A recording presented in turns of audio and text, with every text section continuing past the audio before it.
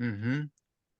Tere siis kõigile, kes meid vaatavad, et oleme salvestamas teist osa oma intervjuust emeriitprofessor Rein Munteriga. Ja ma alguses kohe tänan, et ma olen tõesti siiralt tänulik ja väga õnnelik ka, et Rein on selle võimaluse andnud, et meiega siin siis vestleb. Ja räägin siis natukene, et kellega tegu, et tema akadeemiline nimekiri on üsna pikk, et Rein on siis sündinud, kasvanud Tallinnas, on abielus, 2 lapse isa, on lõpetanud Tallinna Tehnikaülikooli ja olnud siis endine külalisõppejõud nii Põhja-Carolina Chapel Hilli ülikoolis kui siis Mississippi riigiülikoolis, siis endine stipendiaat nii Cambridge'is kui Oxfordis ja endine külalisprofessor California ülikoolis Arvance'is. Ja täna siis on härra Rein välja teenitud pensionil, kuigi see on selline tore võimalus teha teadustööd edasi ja on siis Tallinna Tehnikaülikooli emeriitprofessor. Aga ma saan aru, et teie pensionipõlv on üsna aktiivne. Rääkige meile natukene, kuidas mööduvad need teie päevad siis ja millega te tegelete? Nii, kõigepealt tere kõigile ja suur tänu Tiinale selle võimaluse eest intervjuud anda ja esineda, sellepärast, et ma nendest veemõtetest olen viimasel ajal lausa pungil, aga neid kuskil ajalehtedes avaldada ei olegi sugugi lihtne. Tavaliselt ei teata neid vee süvauuringuid, ei tunta, teatakse ainult rohkem veepuhastuse asju. Ja samal ajal üha huvitavamaks hakkab muutuma just see valdkond, mis vesi ise endast kujutab, tema anomaalsed omadused. Nii et kui te küsite, et millega olen tegelenud, siis jätkangi kõigepealt info kogumist ja läbitöötamist, mis rahvusvahelises ajakirjanduses teadusartiklitena on avaldatud vee anomaalsete omaduste kohta. Neid on väga palju, need uuringud jätkuvad, nad pole kaugeltki lõppenud. Ja teiselt poolt valmistan ette loenguid avatud ülikoolis TalTechis, mis nüüd peaksid siis lõpuks toimuma sügisel, plaanis oli kevadel, aga siin erinevate bürokraatlike probleemide tõttu asi nagu nihkub sügisesse. Sügisel tahaksin lugeda ühte kursust siis pealkirjaga vee töötlemise tehnoloogiad, kus on vaadeldud kõiki kaasaegseid veepuhastuse meetodeid nii-öelda niisuguses ajaloolises lõikes. Alustan sellest, mida ja kuidas tegid, mida egiptlased tegid kunagi, kuidas nemad vett puhastasid. Muide, niisugune meetod nagu veekoagulatsioon avastatigi Egiptuses kõigepealt. Egiptlased oskasid vett puhastada, nõristades teda üle alumiiniumi sisaldavate mineraalide. Alumiiniumsulfaat näiteks ongi ju veekoagulant.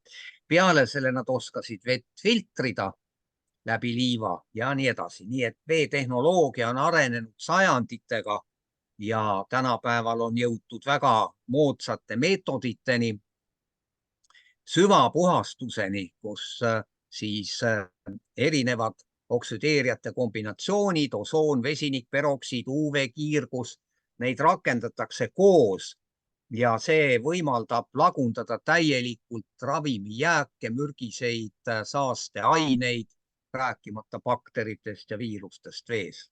No see on väga oluline, sellepärast et ma tean, et just see ravimijäägid on siin pinnub silmas paljudele ja et ei ole võimalus nii-öelda veest eemaldada ja see on kindlasti väga huvitav need loengud, nii et usun, et teil on seal väga palju inimesi, kes tahavad kuulata sellest, aga te olete rääkinud mitte siis ainult nii-öelda vee puhastamisest, vaid kirjutanud ka artiklid kodumajapidamises kasutatava vee kvaliteedi olulisusest ja sellest siis täpselt seda, et vesi on saastunud, et kemikaalide, mikroorganismide ja mineraalidega, mida on siis liigselt ja kuidas nad siis avaldavad kehale negatiivset mõju, et kuulame seda poolt ka natuke. Jaa, vee puhastamine, joogivee puhastamine kodustes tingimustes läks uuesti meil aktuaalseks siis, kui Kuressaares ja Saaremaal selgusid raskused kolibakteriga. Ei saadud ikka tükk aega aru ja minu teada ei teata praegugi, kus see kolibakter sinna Kuressaare ja üldse Saaremaa põhjavette sattus. No oodatakse ja otsitakse väga tarka eksperti, kes sellele annab vastuse. Mina ei oska sellele igal juhul vastata, aga ma tean küll, mida kolibakteriga teha ja seda saab hästi kõrvaldada kloordioksiidiga vett desinfitseerides. Nii, aga peale selle jah, kloordioksiidi kodustes tingimustes ei ole võib-olla nii lihtne kasutada. Kodustes tingimustes on olemas sellised kombineeritud seadmed, mis sisaldavad aktiivsütt ja UV-lampi. Ja üks selline on USA-s, ta on rahvusvaheliselt turul, olen seda filtrit näinud, müüdav filter nimega E-Spring, spring nagu kevad või allikas. Seal on väga soliidne mitmekihiline aktiivsüsi, mida on katsetatud rohkem kui 140 saasteainele, et ta kõrvaldab need. Ja pärast seda, muidugi ennem on üks eelfilter, enne kui söö peale see vesi läheb, sest muidu süsi uumistub liiga ruttu ära, eelfilter, aktiivsüsi ja siis on piisava võimsusega UV-lamp, on ka kontrollitud seda kõigi viiruste, tuntumate viiruste ja bakterite suhtes, need hävitatakse. Peale selle on veel siin, kui vaadata neid veefirmasid, mis meil Eestis siin töötavad ja Tallinnas ja reklaamivad oma toodangut, on veel ka selline kolmiksüsteem nimega Sintropur. Nüüd see E-Spring on nagu kallivõitu. Minu teada selle hind on kuskil umbes $800. Peale sellele lisandub siis selle söögihi taastamine üks kord aastas ja see on ka kuskil $100. Nii et küllaltki kallis. Sintropuri hinda ma ei tea, aga tundub natukene odavam seade. On ka niisugune tehnoloogia eelfilter, see on tavaliselt mingi padrunfilter, siis on ka aktiivse filter ja siis lõpuks on ka see UV-lamp. Nii et tean mitmeid inimesi, kes väga kardavad, et veest saavad kolibakteri. No põhjusega on see hirm, eks ole, teame, mis Kuressaares oli tükk aega ja Saaremaal. Ja need inimesed kasutavad, need on siis ka kõik kraani otsa keeratavad. Mina isiklikult ei ole seda teinud. No Tallinnas ei ole ka juhtunud, et Ülemistest tuleb mingi kolibakter meie kraani. Ja usun, et seda ei juhtu ka, sest meil on osoon Ülemiste jaamas. Jah, et seda ei juhtu, aga nii nagu ma teiega olen ka vestelnud, te olete ikkagi öelnud, et me oleme jõudnud täna sinnamaani selle vee teemaga, et inimesed peavad aru saama, et ilmselt mingit seadet varem või hiljem kodus on vaja kasutada. Jah, täiesti nõus, kindlasti. Vähemalt on soovitatav. Jah, just praegu veel on soovitatav.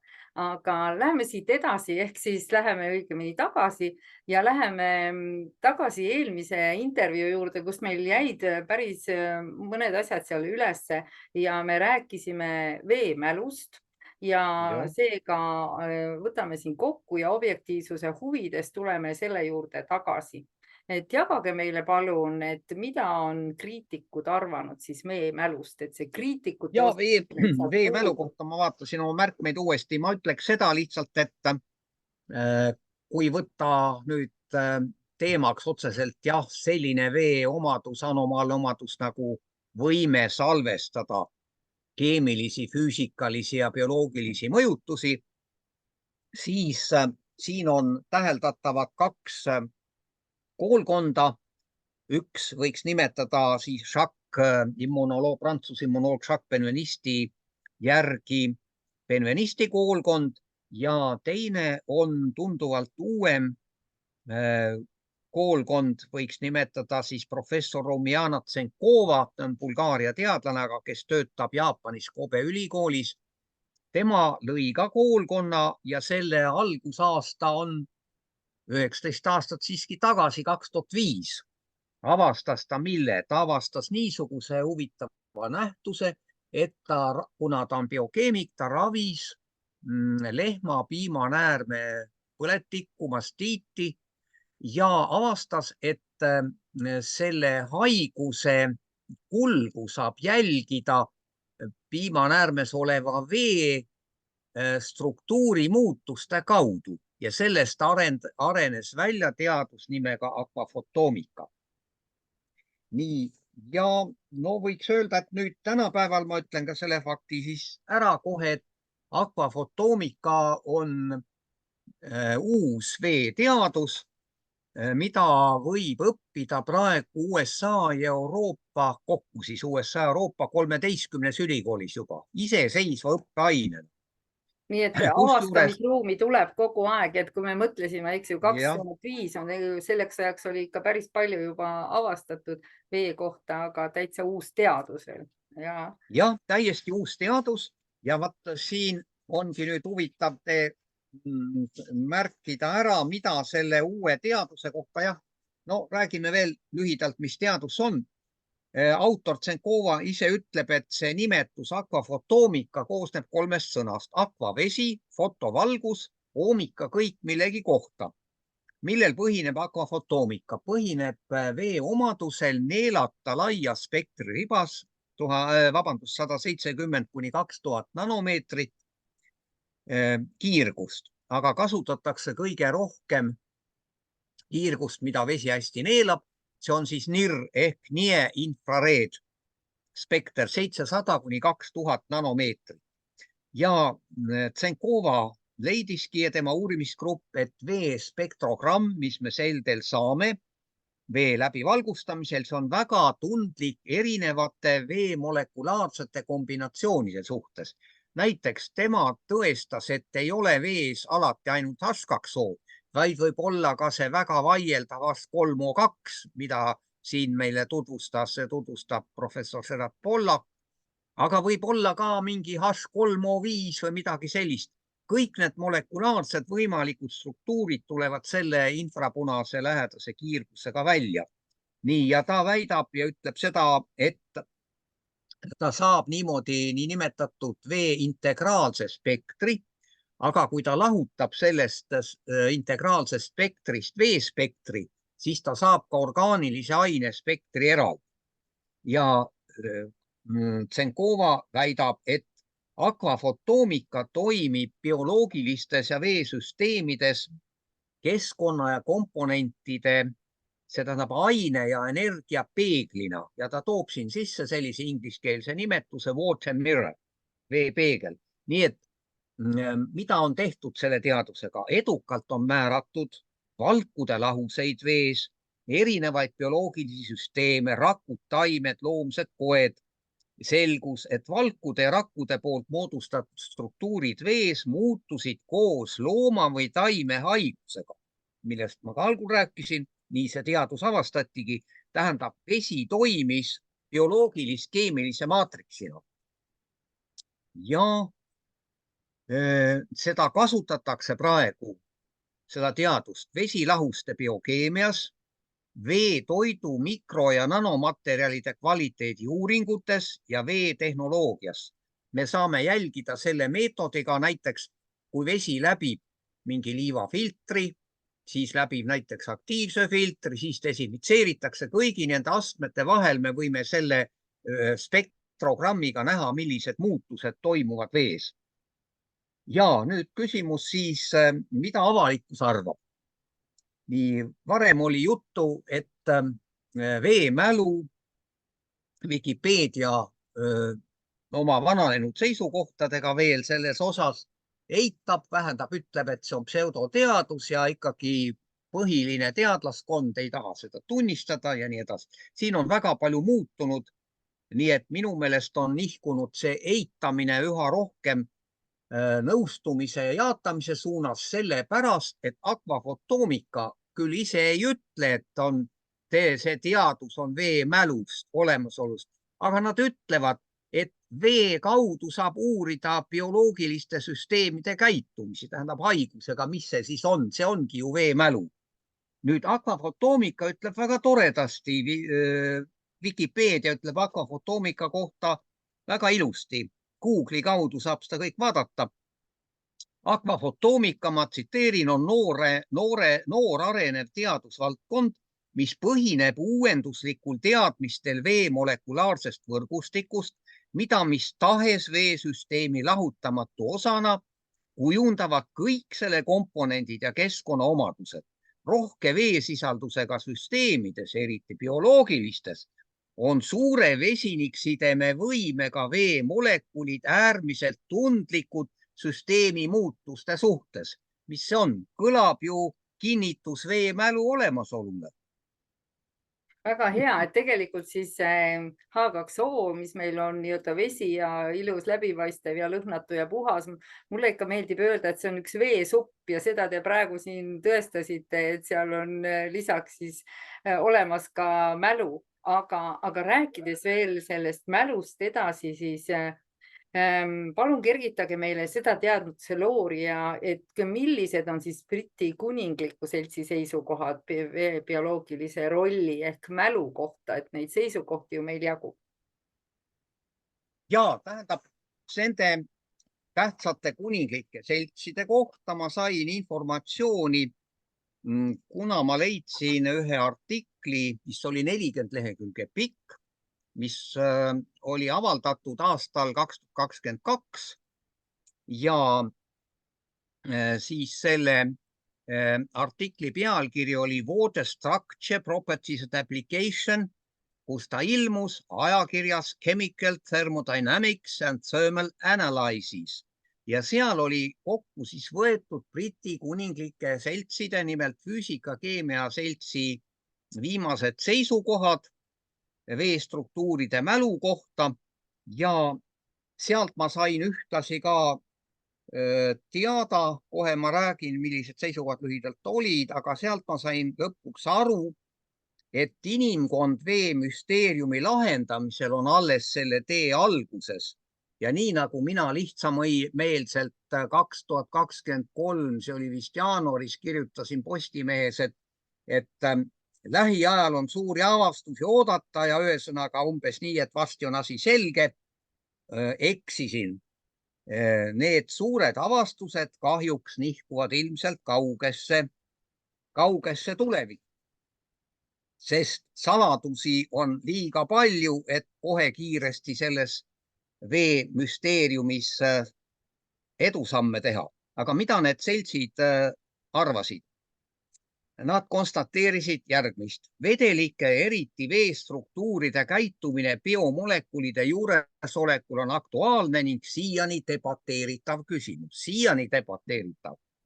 Teiseks, entalpia, entroopia rollid hüdrofoobsete ja hüdrofiilsete rühmade juuresolekul ei ole täiesti siiani selged. Kolmas väga oluline, arvatakse või ütleme, need kuninglikud seltsid ütlevad, et neile tundub, et veestruktuurid võivad mõjutada proteiinide struktuuri ja vice versa, ka vastupidi. Ning lõpuks, ehkki paljud probleemid on lahendamata ja mõnikord saadakse vastuolulisi tulemusi, on saavutatud märgatavat edus just spektroskoopiliste meetodite kasutamisel vee füüsiko-keemiliste ja bioloogiliste omaduste mõistmisel. Nii et see avaldus on otseselt toetus akvafotoomikale, nii et järelikult meie lootused veemüsteeriumis edasi liikuda on akvafotoomikal. Ja muide, veel üks huvitav märkus. 2020 loodi niisugune platvorm nagu World Water Community. Selle asutajaks oli Utrechi ülikool Hollandis. Seal on üks väga tuntud veeteadlane, kes kuulub sinna akvafotoomika gruppi, doktor Everin van de Kraats. Aga seal oli veel paar-kolm inimest, kes asutasid selle platvormi World Water Community. Nad uurivad vee kohta absoluutselt kõike, mis võimalik. Ja ma vaatasin üks konverents, mida mina olin kogu aeg jälginud nii-öelda selle Benvenisti ja siis Pollaki nii-öelda grupi kaudu see konverents toimub, see on lükkunud mitu korda erinevatel põhjustel. Seda nimetatakse siis Water Conference on Water Physics, Chemistry and Biology. See lükkub edasi, aga toimub sel sügisel Portugalis. Ja nüüd see World Water Community reklaamib ka seda konverentsi. See tähendab, võiks ütelda, et need kaks koolkonda, Benvenisti ja Tsenkova koolkond on nüüd ühinenud selle ühise platvormiga World Water Community, kus on absoluutselt kõik, mis puudutab vett. Kui vaadata seda, panna internetti World Water Community, on näha, millega nad tegelevad. See haarab veetehnoloogiat, veemälu, vee omadusi, vee hinda, vee säästmist, vee puhastamist, absoluutselt kõike. Väga tore ja usume, et seekord siis ikkagi see konverents seal Portugalis saab toimuma. Ja kui te siin enne mainisite, et teatud väljaütlemiste puhul või siis ennustuste puhul te peate oma sõnu sööma, et veel teadusuuringud ei ole jõudnud ajaga kaasa minna ja sammu käia, siis siinkohal me rääkisime eelmine kord 2 erinevast veest ja te soovisite siia veel lisada viimased teated, et need on nüüd küll olemas ja me hea meelega siis huviga neid viimaseid teateid siin praegu kuulame. 2 erinevat vett, jah, mind natukene üllatas see, sest seda juttu 2 erineva vee kohta ju kunagi ammu sellest räägiti. Ma pean vaatama, kus mul need täpsemad märkmed on, aga nüüd kuidagi on see järsku uuesti nagu pinnale kerkinud, 2 erinevat vett ja väidetakse nimelt seda, et ükskõik, kus me seda vett vaatame, veetorus või veeklaasis, on 2 erineva tihedusega vett. Üks kiht on suurema tihedusega, see on eriti siis, kui näiteks vaadata vett klaasis, see on see põhjapoolne kiht ja selle peal on justkui üks kergem vesi, kergem veekiht väiksema tihedusega ja muide need tihedused siis nende uurijate andmetel erinevad vähemalt 25% ja ei osata praegu seletada, et miks niisugune nähtus on tekkinud, aga on teada, et see oli Wilhelm Röntgen ja kuskil vist aastal 1876 tema ju töötas välja röntgenaparaadi ja ma arvan, et kuna Wilhelm Röntgen oli üks nendest, kes sellisest 2 veest rääkis, ilmselt ta valgustas vett oma aparaadiga, tähendab nende X-kiirtega ja praegu, kes nüüd uuesti hakkasid sellest rääkima, need teadlased ongi kasutanud X-kiiri ehk röntgenkiiri ja isegi on öeldud niimoodi, et see kergem vesi ja raskem vesi käituvad selliselt, et kui hüpoteetiliselt valada, ütleme, mingisuguse veemassi klaasi, siis tekib niisugune olukord, et justkui all on see raskem vesi ja peal on kergem õlikiht, kuigi siis see kergem õlikiht ongi see kergem vesi. Aga meenutage, mida rääkis Gerald Pollack. Tema ütles ju sisuliselt sedasama, et kui vesi voolab torus või ka nüüd, kui ta ka seisab klaasis, aga eriti liikumisel üle hüdrofiilsete pindade, tekib pinna peale niisugune õhukene kiht, mis on ka tihedam kui see ülejäänud peal olev veemass ja see tihedam alumine kiht on struktureeritud vesi valemiga H3O2. Aga see, mis seal peal on, see kergem vesi on H2O. Nii et tegelikult uuesti on tuldud välja selle 2 vee jutuga, sisuliselt on see kinnitus, et Gerald Pollackil on ilmselt õigus. Aga miks see uuesti üles kerkis, ma ei oska öelda, sest peale Wilhelm Röntgeni oli veel üks Inglise teadlane kes sedasama juba avastas 19. sajandi algul. Väitis sedasama, aga ta nagu ei suutnud seda tõestada, aga tuli ka selle mõttega välja, et vesi ei ole ühtlane veemass, vaid koosneb kahest erinevast veest. Nii palju nagu selle kohta. No väga hea, et nüüd me oleme siis rääkinud valgustatud veest ja veemälust ja erinevatest koolkondadest, nende arvamustest, aga lähme järgmise huvitava lõigu juurde, mis on siis vesinik. Vesinik teatavasti, mis on siis lõhnatu maitsetu gaas, universumis kõige rikkalikum element ja rääkige teie meile vesinikust.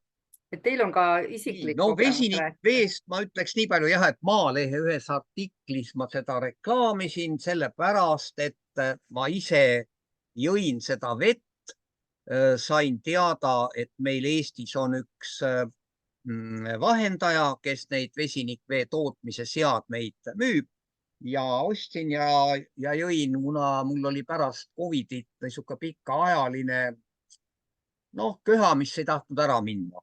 Aga seda vett ma jõin siis paari nädala jooksul, mul kadus see köha ära. Aga ma olen kuulnud veel oma mõnel Tehnikaülikooli kolleegidelt, eriti ühelt teadlaselt, kelle käest ma kuulsin üldse, et vesinikvesi esineb, niisugune variant. Tema sai väga suurt kasu vesinikvee joomisest, tal oli väga kõrge põletiku näitaja. Ja ta jõi seda vett vist siis kuskil umbes kuu aega, kui ma õigesti mäletan, ja läks arsti juurde kontrolli ja arst lõi kahte kätt kokku, ütles, kuidas see on võimalik, et see põletiku näitaja on teil nulli kukkunud. Tähendab, ta põletik kadus. Et selle kohta on tõesti täna juba rohkem kui 1000 erinevat teadusartiklit, mis kõik viitavad sellele, et A2 on siis tohutu ravipotentsiaaliga ja on isegi välja toodud, et seda enam kui 170 haiguse puhul. Et päris ja haiguste puhul, mis siis võivad esineda nii inimestel kui loomadel. Aga mis te meile veel selle lõhnatu ja maitsetu gaasi kohta oskate öelda? Nii, selle kohta võib öelda nii palju, et vesinikteraapia üldse, ma vaatasin neid materjale, sai siis alguse aastast 1975. Seal avaldati üks artikkel ajakirjas, muide Science, väga kuulus ajakiri Nature ja Science on need, et kui sinna saab teadlane artikli sisse, siis on ta tõstetud olümposele. Sinna seal nendes ajakirjades midagi avaldada on ülim saavutus ja see artikkel oli pealkirjaga Hyperbaric Hydrogen Therapy a Possible Treatment for Cancer vähi puhul. Nüüd, aga praeguseks on rahvusvahelistes meditsiini ajakirjades avaldatud artiklite arv juba kasvanud umbes 1000-ni. Nendest üle 600 on muide refereeritavates teadusajakirjades, nii et see ei saa olla mingisugune niisugune udujutt. Refereeritavas ajakirjas ei ole võimalik mingisugust jama avaldada 600 juhul, nii et globaalses uurimistöös osalevad umbes 1600 teadlast ja nüüd kokkuvõttes, mis organisatsioonid selle vesinikvee uurimisega tegelevad, need on siis molekulaarse vesiniku instituut USA-s Michelle Lebraoni juhtimisel ja samasugune instituut Euroopa Liidus, vabandust, Tyler Lebraoni juhtimisel ja Euroopa molekulaarse vesiniku instituut. Nii et nad on alustasid oma tööd täielikult loomkatsetega, rottidega põhiliselt, aga hakkasid varsti üha rohkem tegema juba inimkatseid.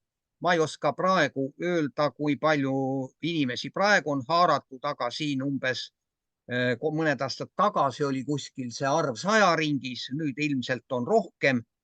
Ja kõik need katsed, nii loom kui inimkatsed on näidanud selliseid asju. Vesinik on tugev antioksidant, aitab vältida ajukahjustusi, vähendab organismis põletikulisi protsesse, aeglustab vananemist, aitab ravida kopsupõletikku, võib ära hoida vähitekke ja leevendada vähikeemilise ravi raskeid kõrvaltoimeid, võib parandada tunduvalt nahatervist, soodustada haavade paranemist, parandab suuhügieeni, suukoopa igemehaigusi põhjustavate bakterite toimet, aitab kõrvaldada, aitab säilitada mälu, on mälu tugevdama toimega ja kinnitatakse ka seda, et molekulaarne vesinik on täiesti ohutu isegi suurtes kogustes, suurtel kontsentratsioonidel manustamisel ei ole täheldatud mingit toksilist toimet.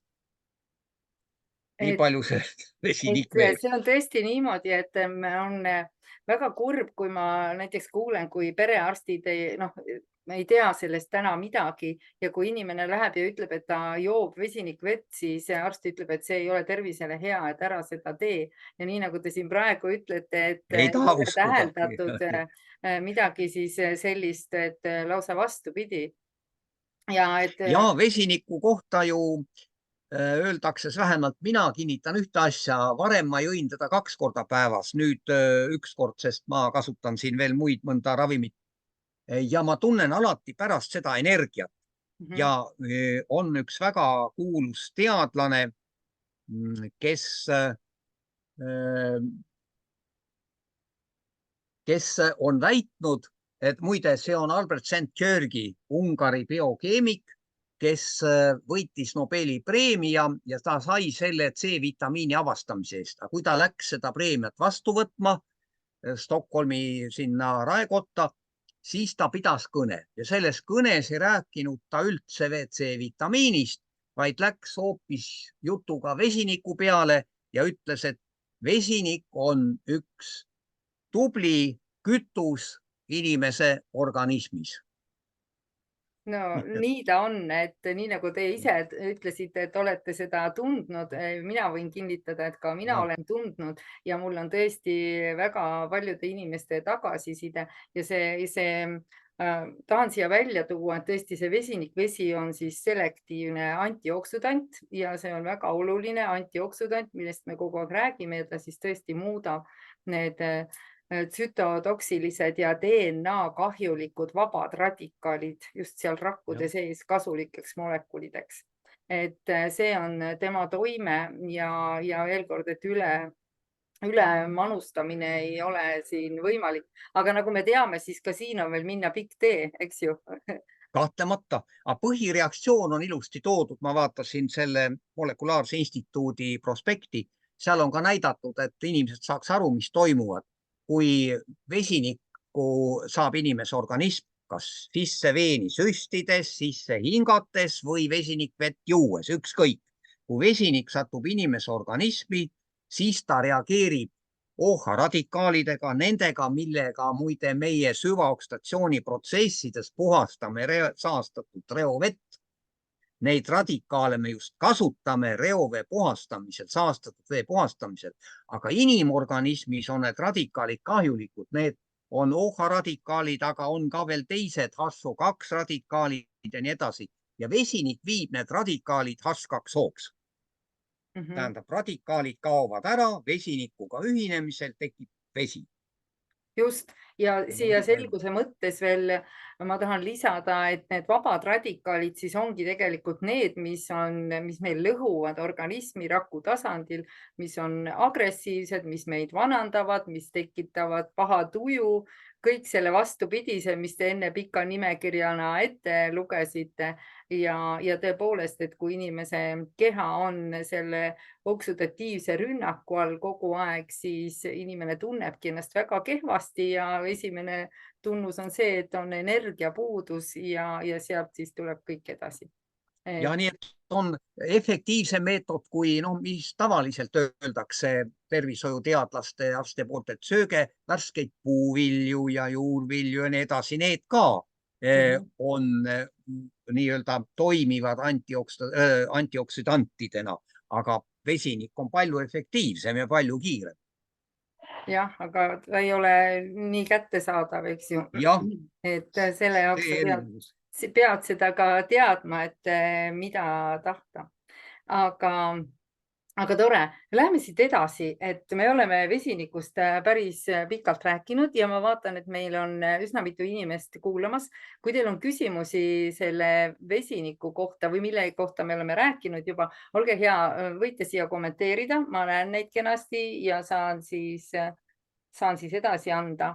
Aga räägime veel kord sellisest teemast nagu veekriis, millest te olete rääkinud ja mina jagasin teie ühte artiklit ja sain sealt üsna vastakat tagasisidet ja inimesed ütlevad, et ärge hirmutage. Meil ei olegi tegelikult plaanis hirmutada, eks nagu ma enne ka rääkisime, et mõte on selles, et võtke need roosad prillid peast ära ja vaadake läbi tavaliste prillide, kus me elame ja kus me teel oleme, sest täna on ikkagi olukord tõesti kommenteerimist väärt. Ehk siis veekriis on jõudmas Eestisse, olete te öelnud, ja aeg on hakata kasutusele võtma tualetireovett. Eks see kindlasti paneb siis tõesti inimestel nii-öelda harja punaseks, et noh, millest te räägite. Aga te tõite siin ka välja piirkonnad, et kus see on eriti oluline. Kommenteerige palun natukene seda oma avaldust siin, mis te olete kirjanduses andnud. Veekriis muidugi ei tohiks inimestel olla väga suureks üllatuseks. Lõunapoolsetes riikides on ta ju ammu tuntud fakt ja viimane, kus meil oli kõige suurem veekriis, Kaplinnas, tekkis moment, kus ei olnud enam piisavalt joogivett. Inimesed võtsid juba järjekorda, kanistrid käes ja pidi tekkima ühel päeval see nii-öelda moment 0 ehk 0, kus siis rohkem keegi ei saa kui 25 liitrit. Õnneks tulid vihmad. Kaplinna varustavad suured veehoidlad, kuhu koguneb mägedest vesi. Kuna 2 aastat ei olnud seal, 2-3 aastat ei olnud üldse sademeid, kõik need veehoidlad kuivasid, et tekkiski see olukord, aga seda oleks võinud vältida, mil teel. Ma uurisin neid Kaplinna olukorda lähemalt. Tuli välja, et nad pidid ka endale ehitama merevee magestamise tehase pöördosmoos põhimõttel, kus siis soolat saab membraanide abil välja võtta ja saab toota joogivett, ehkki see on üsna kallis meetod, aga seda on kogu aeg kasutanud USA, kõik need lääneranniku piirkonnad, seal California ja nii edasi, Iisrael ka algul. See oli ainus lahendus, aga varsti hakati mõtlema reovee taaskasutamise peale. Nimelt see ei olegi päris uus meetod ega mõte. Kõigepealt taaskasutati reovett 1920. aastal California osariigis USA-s. Niisutusveena muidugi.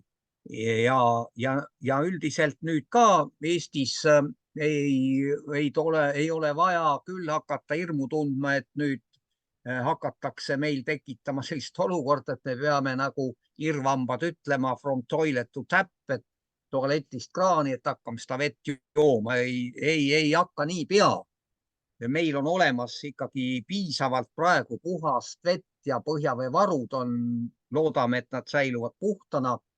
Ei tingi sellist kriisi praegu, aga mõeldes edasi siin 50 ja võib-olla 100 aasta piirides ei ole see mõte, et reovett piisavalt puhastada selle tasemeni, et teda võiks kasutada niisutusveena, ei ole sugugi minu arvates ju rumal mõte, sest Eestiski on piirkondi, mina tean kõige paremini ja lähemalt oma tuttavate kaudu Viimsit, kuhu enam ei taheta lubada uusi asumeid selle tõttu, et seal eriti suvel pumbatakse nii palju vett kastmiseks välja, et see läheneb selle lokaalse põhjaveevaru piirile, tähendab veevõtt on suhteliselt veevaru suhtes liiga suur, aga olen kuulnud, et ka kuskil Kagu-Eestis või Tartumaal, kuskil sealpool olevat ka üksikuid piirkondi, kus ühesõnaga vett hakkab nappima, nii et kui me räägime, et veekriis on Eestis ka lähedale, see minu arvates pole sugugi vale. Nii palju, aga mis veel, jah, muidugi niisutusveena kasutati alates 1920 ja praegu on siis maailmas sellised süsteemid, kus on reovee nii-öelda kaudne taaskasutus, mida inimesed ei pelga, täiesti usaldavad. See tähendab seda, et reovesi puhastatakse kaasaegsete meetoditega ära sellise tasemeni, et teda tohib juhtida, pumbata tähendab kohalikku põhjavette, täiendada kohalikku põhjaveevaru või pumbata näiteks järve või jõkke.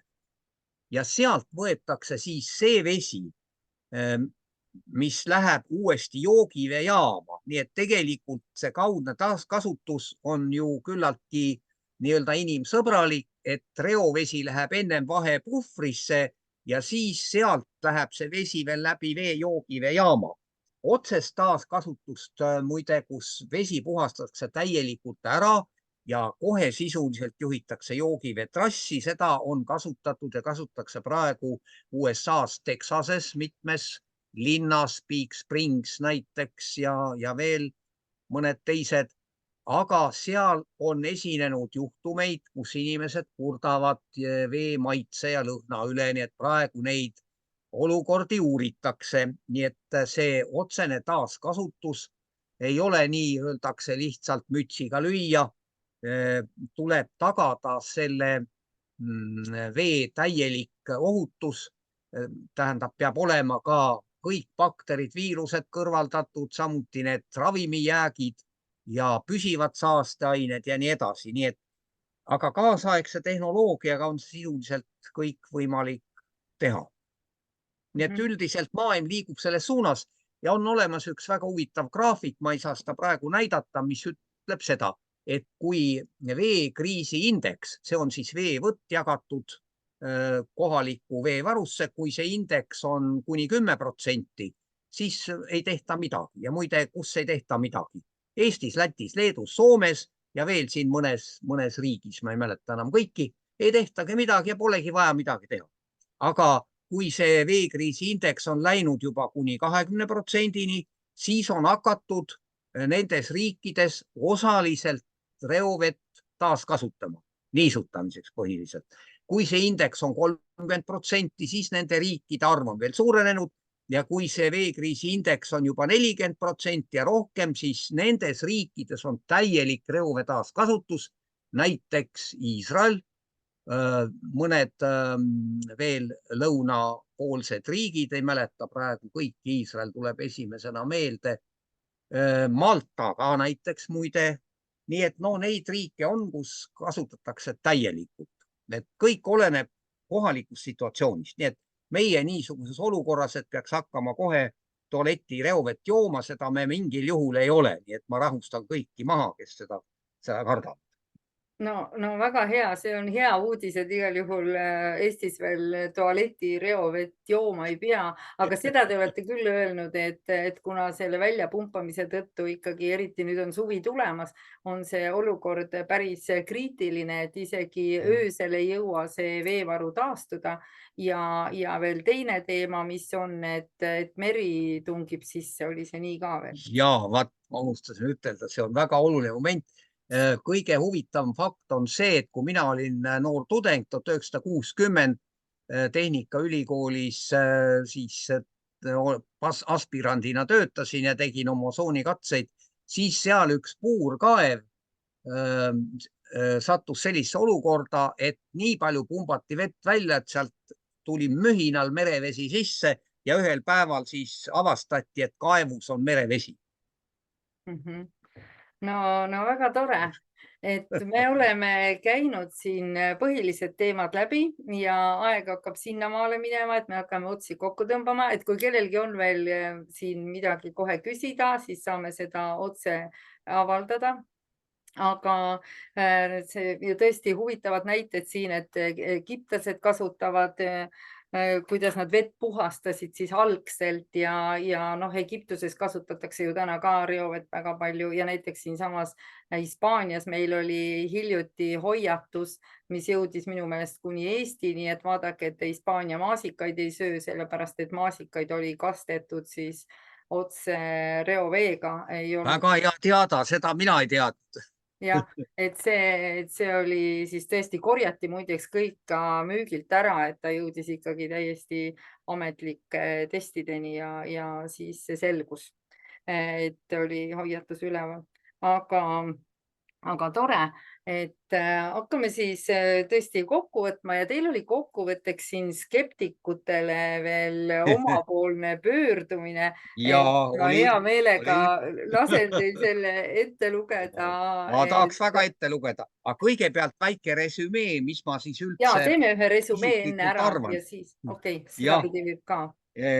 mina kogu selle jutu, mis me nüüd koos teiega oleme ajanud, kahe intervjuu jooksul oleme rääkinud, siis ma ütleks kokkuvõttes seda, et kuna ma olen hoolikalt rohkem kui 10 aastat uurinud teadusartikleid kõrgetasemelistest teadusajakirjades vee anomaalsetest omadustest, kaasa arvatud veemälu, mitte ainult veel, nagu te teate, on ju kõik sulamiskeemis, temperatuurid ja kõik muud asjad on anomaalsed võrreldes teiste vetega.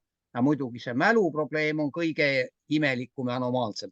Et mina olen selle vee probleemide praeguse seisu endale üldjoontes selgeks teinud ja jõudnud paradoksaalsele järeldusele, et mitte midagi pole veel selge. Ehk me oskame küll määrata ja seletada vee füüsikalisi, keemilisi ja termodünaamilisi anomaalseid omadusi, aga mitte kõige peamist. See tähendab vee käitumist bioloogilistes süsteemides ehk tema bioloogilist funktsiooni, millest sõltub ju elu. Nii, aga nüüd üks artikkel, mille ma alles avastasin ja mida teiegi ei tea veel, eile leidsin ajakirjas Journal of Molecular Evolution. See artikkel on aastast 2022. Autorid on Moran Frenkel ja pealkiri on Water and Life, the medium in the message. Ja miks ma tahan sellest veel rääkida? Mida need autorid tegid? Nemad uurisid tuntud ohtlikku bakterit Escherichia coli ja arvutasid välja vee keemilise massivoo sellesse Escherichia coli rakku ja leidsid, et veemolekul väga sageli ja korduvalt esineb selles Escherichia coli rakus reaktsioonides erinevas rollis substraadina, vaheühendina, gaasfaktorina ja produktina. Ja nende tulemused näitasid, et kui Escherichia coli rakk replitseerub, tähendab paljuneb molekulaarse hapniku juuresolekul, siis muundub keskmine in vivo veemolekul, tähendab see hetkeline veemolekul, H2O keemiliselt ja osaleb mehaaniliselt katalüütilistes protsessides circa 4 korda. See tähendab ju seda, et nad tuvastasid, et veemolekul osaleb uue elutekke protsessis, sest mis on raku paljunemine, uue eluteke. Nii, see on siis niisugune väike lõppmärkus resümee juurde, aga nüüd last but not least ehk inglise keeles my special announcement ja see on kõigile nendele, keda ma nimetan skeptikuteks ja kriitikuteks ja keda on tavaliselt üsna palju, on alati olnud kõigi teadusavastuste juures, kes kõike siin kuuldud kohe eitavad ja veel hullem naeruvääristavad, peavad seda kõike, mis meie siin teiega rääkisime intervjuus, teaduseks. Ma soovitan nendel kõigil tungivalt tutvuge vähemalt 5 viimase aasta ingliskeelsete algallikatega retsenseeritavates teadusajakirjades, enne kui te tulete välja oma negatiivse arvamuse. Alles pärast seda olen mina nõus teiega väitlema, mitte enne. Ja võin öelda, et kui te huvi on suurem, siis neid artikleid on kogunenud praegu tuhandetes. Näiteks mina olen 10 viimase aasta jooksul läbi lugenud umbes 800 sellist teadusartiklit. Tänan kuulamast. see on küll täitsa aukartust äratav arv artikleid, et mida te olete siis läbi lugenud ja kindlasti sealt palju märkmeid teinud. Et ma olen väga tänulik, et mul oli hea võimalus teid intervjueerida, et me saame nii palju otseallikast infot ja tuletan siis meelde, et härra Rein Munteril on tulemas avatud ülikooli loengud vöötöötlemise tehnoloogia teemadel, et kindlasti sügisel ja on need väga huvitavad. Et usun, et see info jõuab inimesteni, kes siis on huvitatud jah, kes huvi tunnevad, pöörduge, olge kontaktis TalTechi avatud ülikooliga, jah. Väga hea. Ja tõesti lõpetuseks mul on väga-väga hea meel, et me saime ka täna nii-öelda selle ahjusooja uudise, mis te eile leidsite ja lõpetuseks sobib sealt leitud tõde, et veemolekul on uue elu protsessis siis väga oluline. Nii et suur tänu teile ja usun, et meil on põhjust siin intervjuudes veelgi kohtuda. Aitäh kõigile, kes suur tänu minu poolt ka kõigile kuulajatele. Ja, aitäh. Nii,